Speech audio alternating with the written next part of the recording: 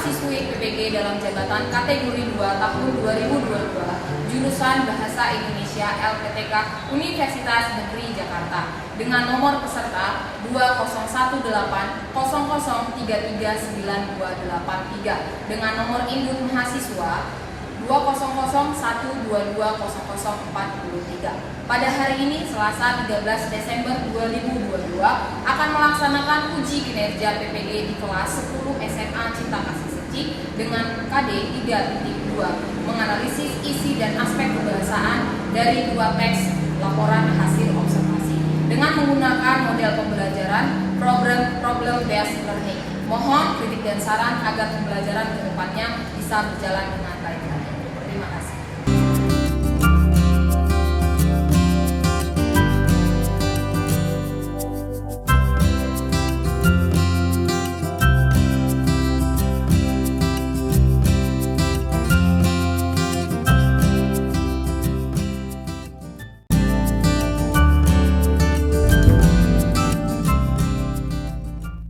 Siap, gerak.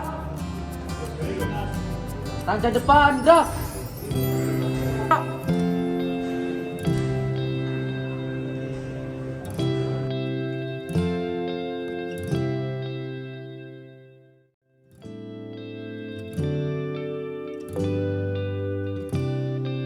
Selamat pagi semuanya.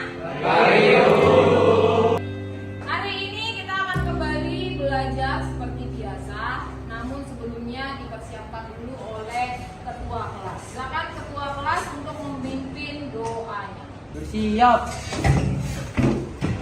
Berdoa. Mari teman-teman, bagaimana kepercayaan masing-masing. Berdoa dimulai. Berdoa selesai. Memberi salam. Oke, selamat pagi. Jangan duduk dulu sebelum kita harus menyanyikan lagu nasional. Semuanya nyanyi ya.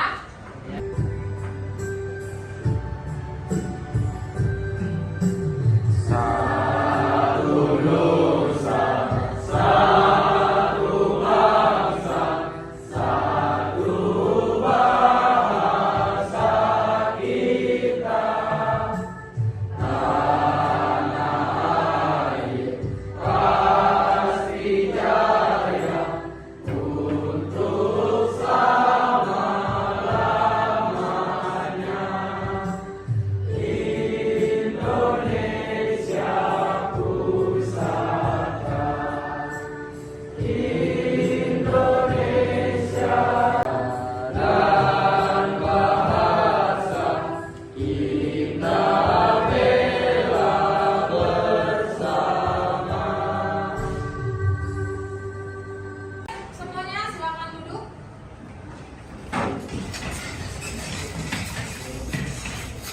Yang ibu sebutkan namanya, silakan langsung menjawab hadir. Ya. Ababu, William, Kevin, Cornelius, Noel, Grace. Oke, karena sudah ibu absen satu per satu, kita akan mulai belajar. Namun sebelumnya kita harus mendengarkan kata motivasi dari motivator di kelas kita ini. Ada yang tahu siapa? Ada yang tahu siapa? Mari kita lihat dari Darren. Silakan. Untuk kata motivasi hari ini lebih baik kita mencoba dan gagal daripada kita tidak mencobanya sama sekali. Coba jelaskan. Artinya apa? Artinya itu kalau misalnya kita melakukan sesuatu lebih baik kita mencoba dan gagal, karena dari kegagalan kita tidak mencoba sama sekali, kita nggak akan tahu hasilnya gimana. Oke, tepuk tangan.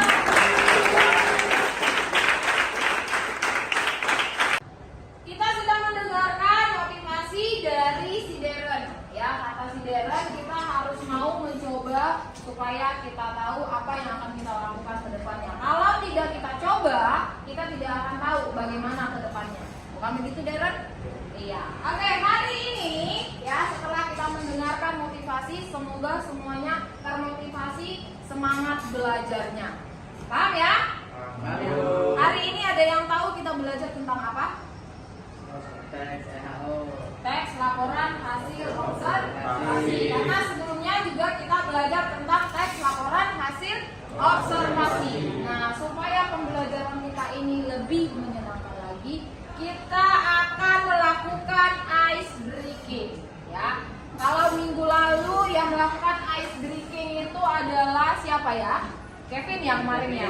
Ya. Hari ini kita akan melakukan ice breaking dipimpin oleh teman kita, Rocky. Silakan kasih tepuk tangan.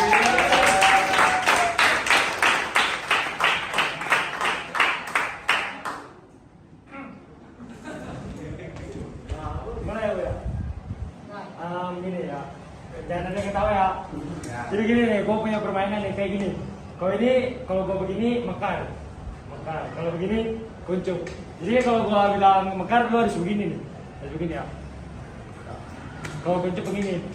Nah, ayo. Mekar. Ini salah ya. Ya, lanjut. Kuncup. Nah, udah pada jago udah. Terus sekarang gue ubah nih. Gue begini kuncup. Kuncup. Ini makan ya, dibalik ya. Mana? Makan. Jadi salah. Nah, ada kayak gitu dong sih. Ada hukumannya gak, Bu? Makan. Ji, kenapa? Contohnya kayak gitu.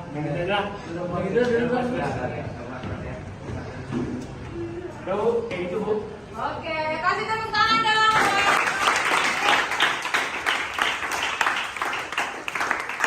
Selanjutnya, Ibu mau bertanya dulu, ya. Masih ingat pembelajaran di pertemuan sebelumnya?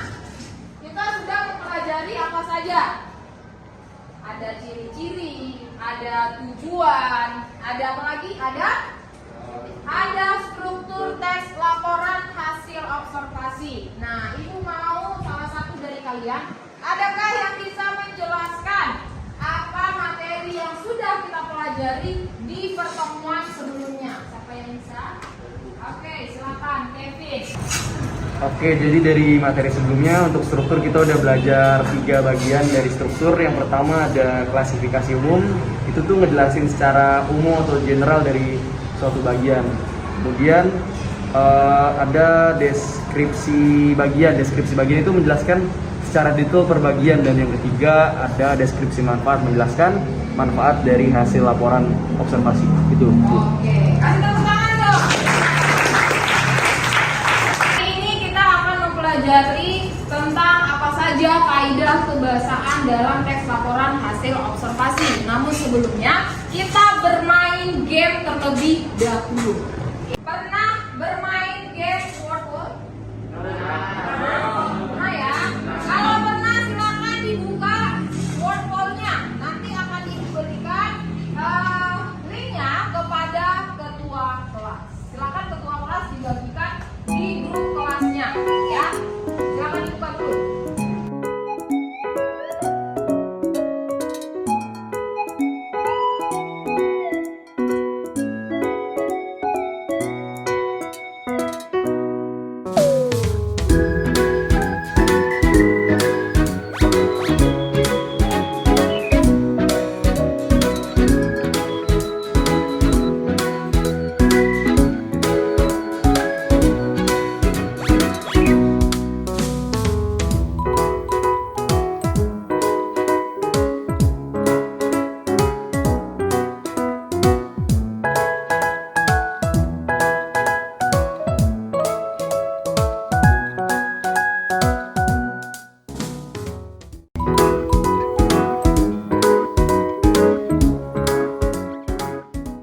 Ada yang benar semua? Ada yang benar semua? Soal yang benar 2 deh, 2. Ada yang benar 2. Vera. Benar 3. Salah semua. Ada kesulitan? Siapa yang merasa ada kesulitan dari permainan word ataupun dari soalnya? Siapa? Ada yang merasa kesulitan? Coba Noel. Kalau saya kendala di HP Bu, nge-lag dan ada frasa dan kalimat simples dan kompleks yang belum saya pernah dengar Bu. Oke. Ada kalimat simpleks, kompleks, frasa yang belum pernah kamu baca, ya. Hari ini akan kita pelajari apa yang menjadi kesulitan kamu. Nah, dari permainan word wall ini, ya. Kira-kira apa yang sudah kamu temukan? Coba Vines. LHO ya Bu, itu ada, tadi saya lihat ada frasa, ada kalimat-kalimat, sama ada beberapa imbuhan juga.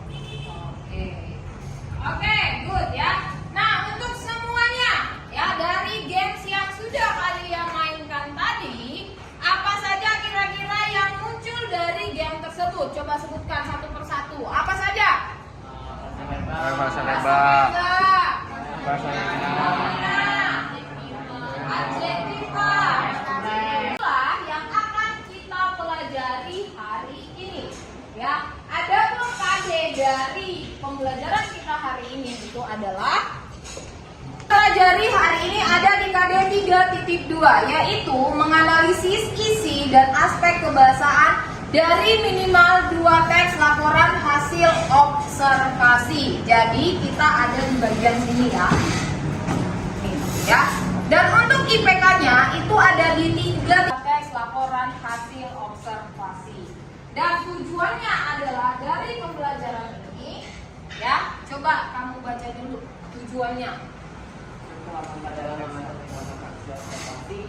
Memisah media observasi di YouTube, mengamati PowerPoint, peserta didik mampu menganalisis isi dari 2 teks laporan hasil observasi dengan benar. Kedua, setelah menganalisis isi dari 2 teks Pembelajaran kita, ya, semoga apa yang menjadi tujuan pembelajaran hari ini bisa terpenuhi dengan baik. Paham semua ya?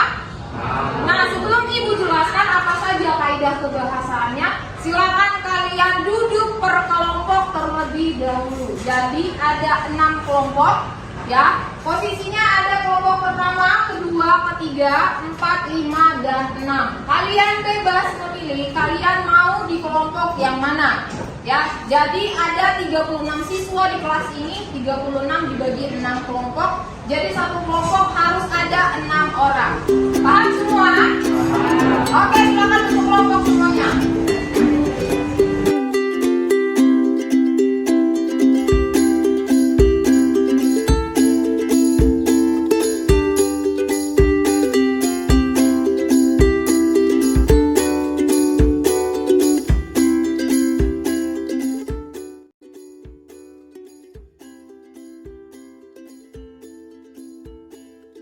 Cara berkelompok, Ibu akan menyampaikan manfaat dari pembelajaran kaidah kebahasaan teks laporan hasil observasi. Semua handphone dimasukkan dulu ke dalam lacinya. Keluarkan buku tulis, ya. Keluarkan buku tulis.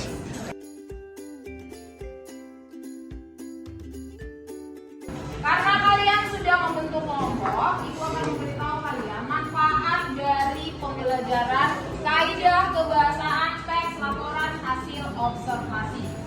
Manfaatnya apa Bu? Manfaat dari pembelajaran kaidah kebahasaan teks laporan hasil observasi, bisa tahu apa saja kebahasaan yang digunakan dalam menulis teks. Karena nanti di pertemuan selanjutnya kalian akan menciptakan teks laporan hasil observasi. Jadi harus tahu dulu apa saja strukturnya, apa saja kaidah kebahasaannya. Apakah hanya di dalam teks laporan hasil observasi? Tidak, ya. Di dalam teks yang lain juga kalian bisa gunakan kaidah kebahasaan. Oke? Perhatikan Ibu menjelaskan tentang kaidah kebahasaan yang digunakan dalam teks laporan hasil observasi. Ambil buku catatannya. Jikalau ada yang penting silakan kalian tulis di buku PS atau buku catatan kalian. Ya, kita mulai. Kaidah kebahasaan teks laporan hasil observasi. Ya, bisa dibaca ini apa? Yang pertama ada apa? Kalimat verbal.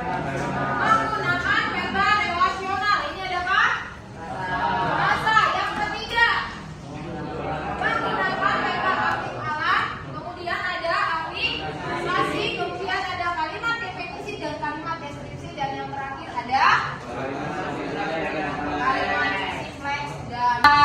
ada kalimat simpleks dan kompleks. Ada afiksasi, ya. Kemudian ada kalimat definisi dan frasa. Ya, frasa itu adalah gabungan dari 2 kata atau lebih. Kalau 1 berarti disebut dengan kata, ya. Kalau 2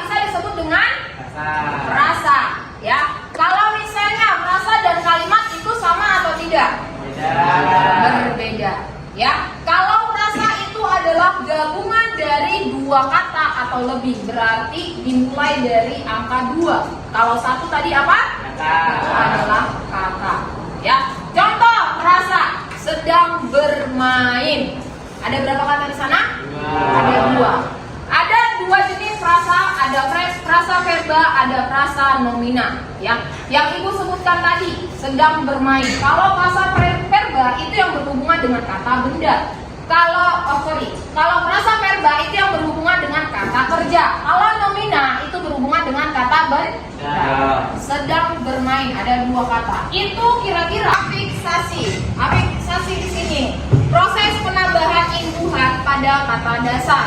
Yang pertama ada prefiks, yang kedua ada infiks, yang ketiga ada sufiks, yang keempat ada konfiks, dan yang kelima ada simulfiks. Ya, contoh prefiks memasak, imbuhannya berada di awal. Ya, infiks ya kinerja, berarti imbuhannya berada di tengah-tengah.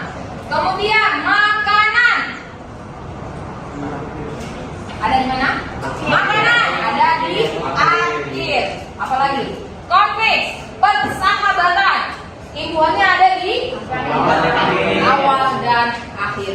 Kemudian simulfiks misalnya, contohnya adalah kopi menjadi ngopi, sate menjadi nyate, sapu menjadi nyapu, dan sebagainya.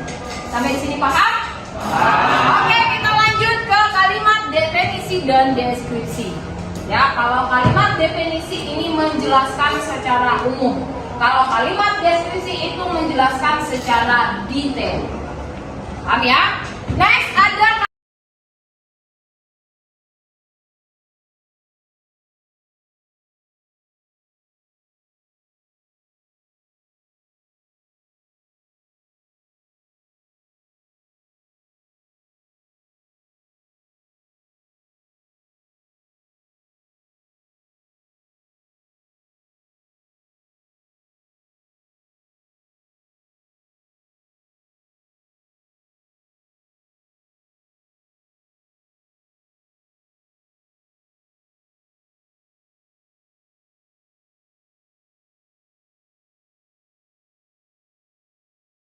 Oke, dari penjelasan yang Ibu berikan, apakah ada yang bertanya?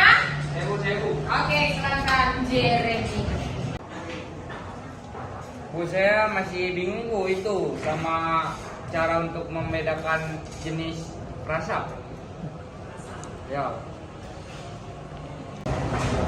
Pertanyaan dari si Jeremy, dia masih bingung bagian yang frasa. Tadi frasa ada berapa? Ada 2. Yang pertama frasa verba. Kita kesini dulu nih, kayaknya yang di sini kayaknya butuh penyegaran. Ya. Yang pertama frasa apa? Diam dulu. Yang ini. Yang pertama ada? Nah, yang kedua? Nomina. Yang ketiga? Tadi bunga jelas. Ada yang bisa bantu menjelaskan apa saja frasa, kemudian cara cepat untuk melihat frasa dalam sebuah paragraf ataupun kalimat itu seperti apa? Ada bisa? Saya Silakan. Cornelius Dennis. verba itu dia biasanya berhubungan dengan kata kerja dan berfungsi sebagai predikat dalam sebuah kalimat. Sementara kalau frasa nomina itu biasanya berhubungan dengan kata benda. Jadi kayak misalnya contoh kalau frasa nomina itu mobil baru atau enggak sepatu bekas. Nah, kalau frasa verba tuh kata kerja, jadi kayak sedang bermain bola, sedang makan, sedang minum, gitu maksud frasa verba. Oke.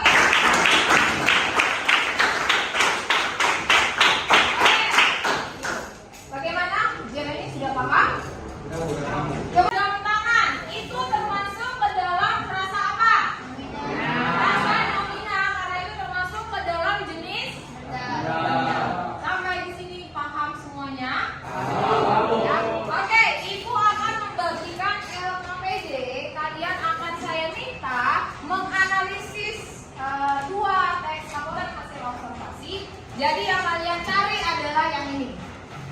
Rasanya apa, afiksasinya apa, definisi, deskripsi, simpleks, dan kompleks. Ya, ditemukan dari dua teks yang sudah Ibu bagikan di Google Classroom. Jadi silakan diperiksa Google Classroom-nya. Ya, jika ada yang susah untuk login, minta ke ketua kelasnya. Ya, silakan Ibu akan membagikan LKP ini. Ya, kalian isi nama kelompoknya. Ya, jangan lupa nama kelompoknya, kemudian ada kelasnya, kemudian sekolah di mana. Ya, nah ini kalian isi. Ya, titik-titik ini kalian isi. Ya, dianalisis dua teksnya. Nih, masukkan ke dalam tabel ini. Oke, cari dua saja masing-masing dari dua teks tersebut. Sampai di sini paham? Paham. Oke.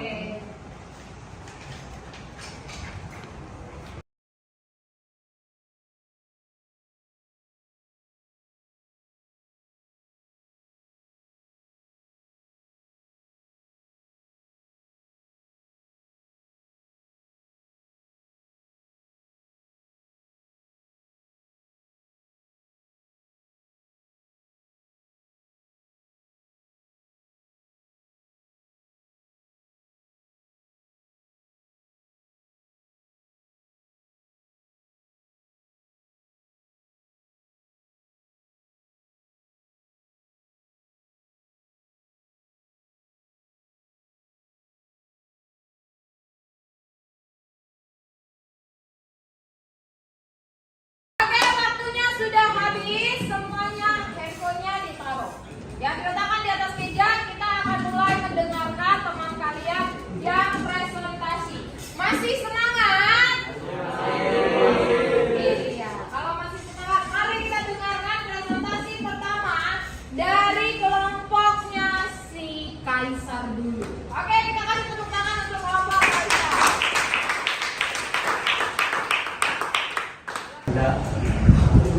Oke, selamat pagi semuanya. Jadi karena kami tidak menemukan kalimat simplex dan kompleks dalam teks Topeng Museum Angkot ini, jadi kita pindah teks jadi ke teks Malin Kundang. Jadi di teks Malin Kundang ini kita menemukan kalimat simplex 2, kalimat kompleks 2.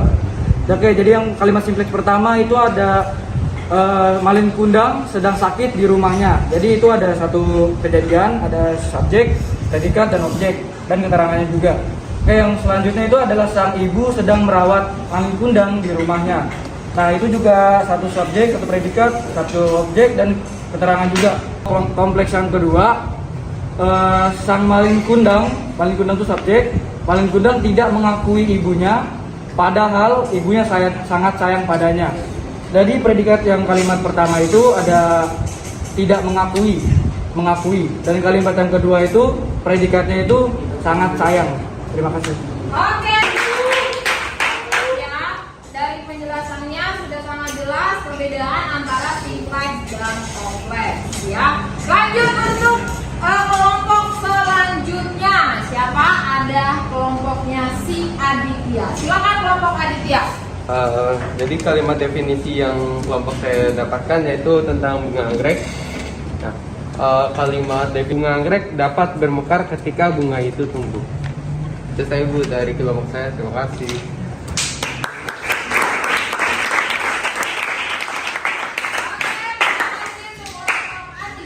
Kita lanjutkan lagi ke kelompok selanjutnya, yaitu kelompok Venesia. Silakan Venesia, presentasikan.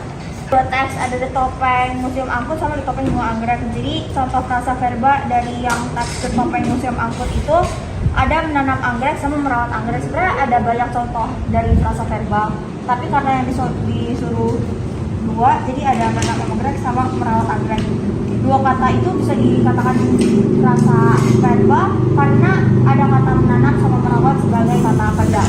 Terus yang kedua ada frasa nomina dari di Topeng Bunga Anggrek, itu ada barang antik sama hiasan rumah kuno. Terima kasih. Oke, tepuk tangan. Dan kelompok yang terakhir yang akan presentasi itu adalah kelompoknya si Grace. Silakan kelompok Grace untuk presentasikan hasil diskusinya. Dari teks aturan hasil observasi bunga anggrek, kelompok kami menemukan bahwa contoh afiksasinya itu ada konfiks. Konfiks itu kan berada di awal dan di akhir. Jadi kami dapat Contohnya itu mendapatkan, melestarikan. Terus ada prefix. Prefix itu kan di awal. Kita ketemu merawat dan memakan. Terus ada infix yang berada di tengah. Contohnya seruling dan gemetar. Yang terakhir, contoh afiksasi itu suffix, yaitu berada di akhir. Yaitu kami menemukan 3 contoh, yaitu tanaman, dapatkan, dan seniman.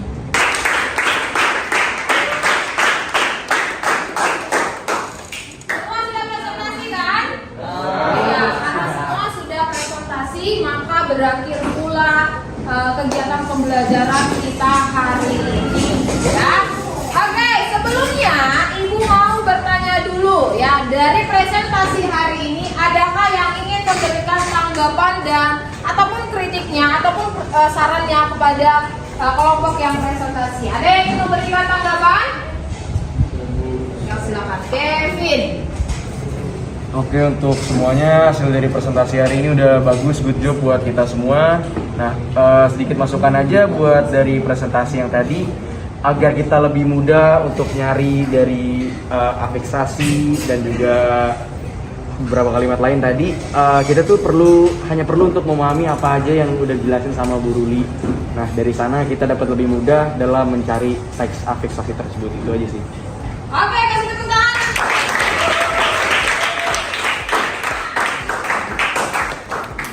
Benar ya, yang dikatakan oleh si Kevin. Iya, jadi dikatakan Kevin, kalau kita mau menemukan kaidah kebahasaan, kita harus memahaminya terlebih dahulu, ya. Percuma kalau kita tahu apa saja kaidah kebahasaannya, tapi kita tidak paham.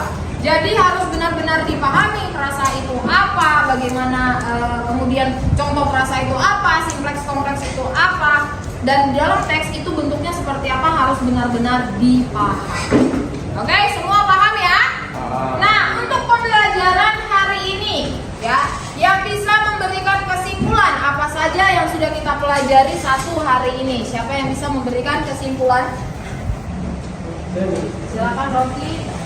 Jadi kesimpulan pada hari ini itu kita belajar kaidah kebahasaan yang terdiri dari frasa, afiksasi, simpleks kompleks, dan definisi deskripsi. Ya itu. Oke, ya. Terima kasih, Dr. Rocky. Coba sama-sama kita sebutkan apa saja yang sudah kita pelajari hari ini. Apa saja yang pertama? Yang kedua? Afiksasi. Yang ketiga? Simpleks dan kompleks. Yang keempat? Definisi dan deskripsi, ya. Nah, satu pertanyaan lagi yang mau saya tanya, ya, kepada si Pian. Pian, menurut kamu pembelajaran hari ini kira-kira penting atau tidak? Penting Bu, apalagi nanti kita akan membuat teks elaho. Akan lebih mudah jika kita tahu apa aja kaidah kebahasaan yang digunakan dalam teks elaho. Seringkali kita bingung harus mulai dari mana. Jadi karena kita sudah mempelajari struktur dan kaidah kebahasaan teks elaho, akan mempermudah kita menciptakan teks elaho itu, Bu. Oke, kasih tepuk tangan untuk Pian. Nah, karena pembelajaran hari ini sudah selesai. Kira-kira tadi selama pembelajaran ini siapa yang sudah bertanya, sudah memberikan pendapat, baik yang ice breaking, kemudian yang sudah aktif di kelas, yang merasa dirinya sudah aktif di kelas, siapa coba angkat tangannya? Siapa tadi?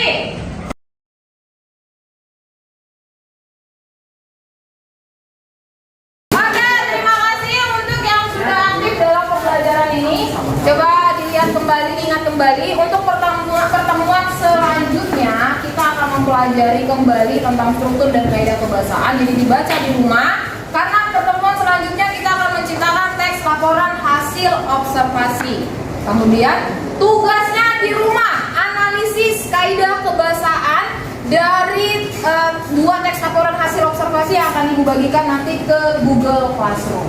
Oke, paham semuanya? Oke. Sekian untuk pembelajaran hari ini. Saya serahkan kembali kepada ketua kelas untuk menutup pembelajaran. pelajaran hari ini? Siap. Mari teman-teman, sebelum kita mengakhiri mata pelajaran bahasa Indonesia pada hari ini, alangkah baiknya kita berdoa menurut agama dan kepercayaan masing-masing. Berdoa dimulai. Berdoa selesai. Memberi salam. Terima kasih.